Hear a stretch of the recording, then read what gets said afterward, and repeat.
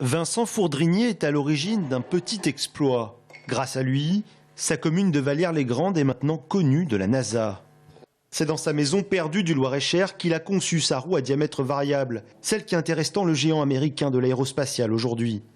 À l'origine de son invention, un problème de père de famille, un problème de poussette. Les roues de poussette qui étaient trop grandes pour rentrer dans mon coffre.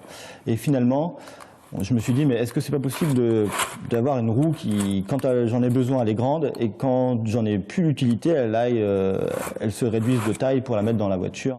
2 ans après, Vincent Fourdrinier en est au 3e prototype. Un mécanisme tout simple auquel seul ce designer industriel a pensé. D'abord, un moyeu central dont la forme est calquée sur celle d'un fossile, une ammonite.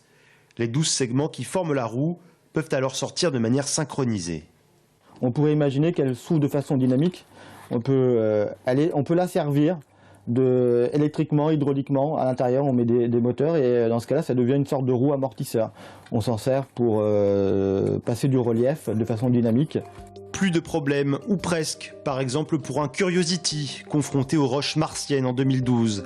Et la NASA n'est pas le seul client à avoir pris contact avec Vincent. Des militaires, des fabricants de pneumatiques, des fabricants, des manufacturiers de pièces pour l'automobile. Certains d'entre eux lui ont déjà fourni un cahier des charges précis.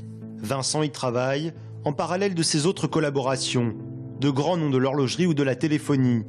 La différence, cette fois, il a pris soin de protéger son invention en déposant un brevet international.